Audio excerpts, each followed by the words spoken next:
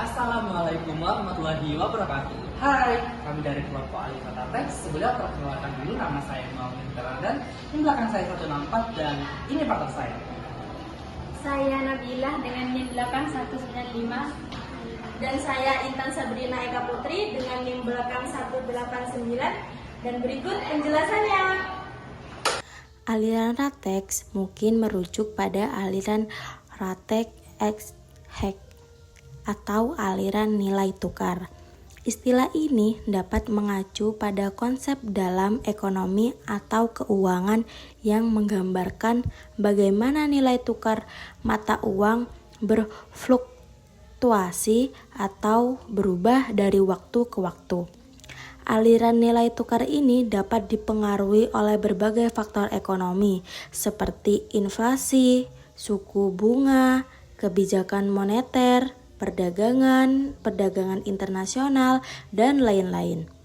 Dalam konteks tertentu, aliran Ratex juga bisa merujuk pada pemodelan ekonomi yang menggunakan konsep nilai tukar untuk menganalisis efek perubahan kondisi ekonomi terhadap pasar atau kebijakan moneter suatu negara. Pokok pemikiran aliran Ratex.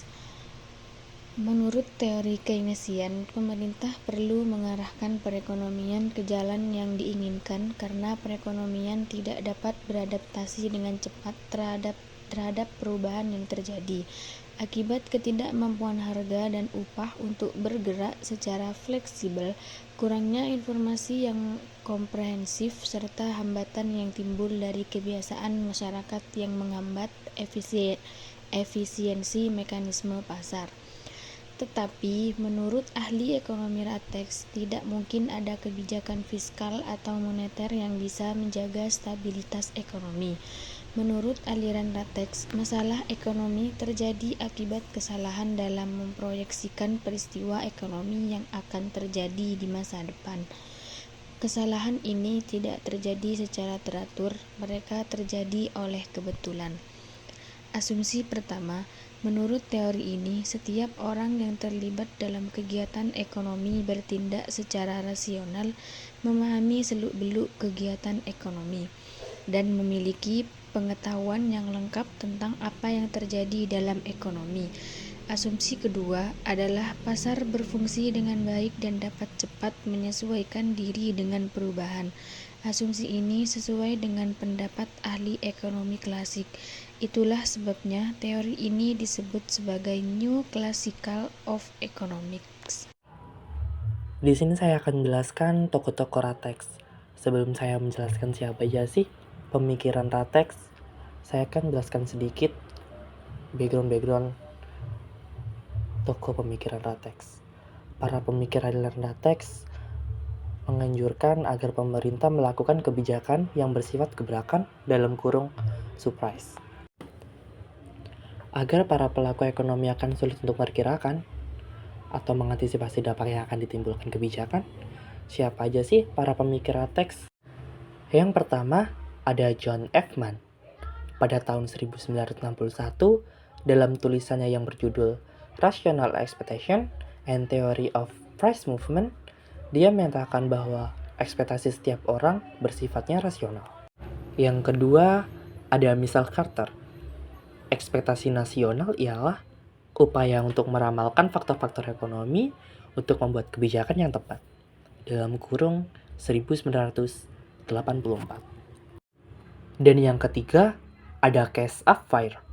Dalam konteks lain, dia menyatakan bahwa hipotesis ekspektasi rasional menganggap orang-orang memahami model ekonomi yang benar. Dalam kurung 1999. Selanjutnya ada asumsi dasar dari aliran Ratex dalam teori ekonomi adalah sebagai berikut. Yang pertama, pasokan dan permintaan. Kedua, rasionalitasi pelaku ekonomi. Yang ketiga, fleksibilitas nilai tukar. Dan keempat, efisiensi pasar.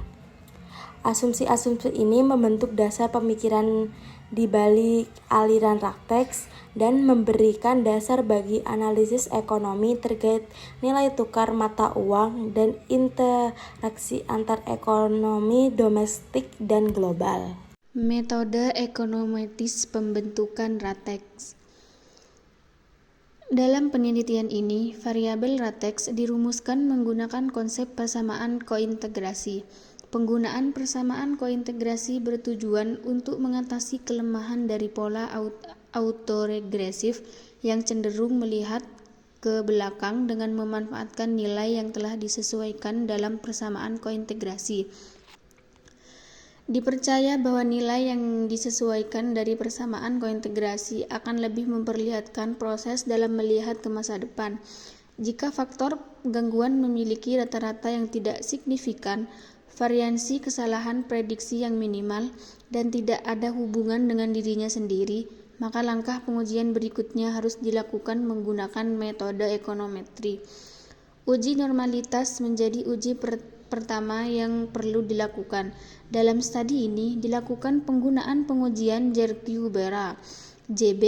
Uji JB menggunakan dua karakteristik distribusi normal yang disebut skewness dan kurtosis. Jika faktor pengganggu terdistribusi secara normal, maka skewness akan memiliki nilai 0 dan kurtosis akan memiliki nilai 3. Dalam bentuk tertulis, hasil uji Jerky-Bera dapat dipresentasikan sebagai berikut. Kritik terhadap rational expectation atau biasa disebut kita Ratex. Sebagai konsep terbaru dalam ekonomi makro, ekspektasi rasional mendapatkan kritikan yang sangat beragam. Dari yang paling kejam, dari yang paling keras, hingga masih banyak lagi. Ekspektasi rasional terlalu menuntut bahwa rumah tangga dan perusahaan memiliki banyak informasi. Tidak mungkin bagi unit pengambilan keputusan dasar untuk memiliki sebuah informasi yang diperlukan. Orang-orang harus tahu model yang benar atau setidaknya berpikiran yang tepat. Selanjutnya, sejarah pemikiran ekonomi Islam. Apa itu ekonomi Islam? Ekonomi Islam adalah suatu sistem ekonomi yang berdasarkan prinsip-prinsip ekonomi yang terdapat dalam ajaran agama Islam, yaitu Al-Quran dan Hadis. Ekonomi Islam tidak hanya mencakup prinsip-prinsip untuk organisasi ekonomi formal seperti perbankan dan keuangan, tetapi juga mencakup prinsip-prinsip untuk perilaku individu dan pengelolaan sumber daya alam. Praktik-praktik ekonomi Islam telah berkembang dalam berbagai negara dengan mayoritas populasi Muslim dan menjadi subjek studi yang penting dalam bidang ekonomi dan keuangan global. Sejarah pemikiran ekonomi Islam dimulai dengan kemunculan pada masa Nabi Muhammad SAW. Perkembangan cemerlang ekonomi Islam terjadi pada periode antara abad 6 hingga abad 13 Masehi. Pada masa ini, pengaruh Islam dalam bidang ekonomi mendominasi banyak negara di seluruh dunia, terutama di bawah kepemimpinan Muslim. Pemikiran ekonomi Islam di Indonesia muncul pada saat agama Islam tiba di Nusantara oleh para penjual Arab, Persia, dan India. Setelah itu, pada tahun 1912 muncul organisasi Sarekat Dagang Islam atau disebut SDI yang bertujuan untuk memberikan dukungan kepada pedagang muslim lokal dalam menghadapi persaingan dari masyarakat keturunan Cina di sektor batik Jawa Tengah. Lalu, pada tahun 1914, SDI mengalami perubahan menjadi Sarekat Islam atau disebut dengan SI dengan Djokroaminoto sebagai pemimpinnya. Siapa sih tokoh pemikiran ekonomi Islam? Langsung saja yang pertama, ada Abu Yusuf. Abu Yusuf terkenal di tahun 731 sampai 798 Masehi. Dia dikenal sebagai pemikir ekonomi Islam yang membuat prinsip perpajakan di dunia. Yang kedua ada Al-Ghazali. Beliau lebih dikenal sebagai filsuf muslim dan ahli tasawuf. Tetapi beliau juga dikenal sebagai salah satu tokoh Islam terkemuka yang telah membantu perekonomian Islam. Tidak hanya itu, ia juga berkontribusi pada kekayaan keilmuannya, yaitu keilmuan ekonomi untuk generasi mendatang. Dan yang ketiga ada Ibnu Taimiyah. Beliau pemikir ekonomi Islam yang terkenal dari tahun 1263 hingga 1328. Beliau membahas tentang harga dan mekanisme pasar. Selanjutnya di sini ada pentingnya mempelajari sejarah ekonomi Islam. Penting untuk kebijakan ekonomi modern. Pemahaman yang lebih baik tentang sejarah ekonomi Islam dapat memberikan masukan berharga untuk merumuskan kebijakan ekonomi modern, terutama dalam konteks negara-negara dengan mayoritas penduduk muslim atau dalam kerangka ekonomi global yang semakin terintegrasi.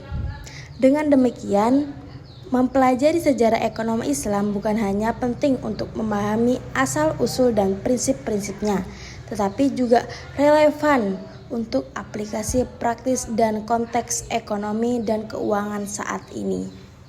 Cukup sekian penjelasan dari kami, kurang lebihnya mohon maaf. Wassalamualaikum warahmatullahi wabarakatuh.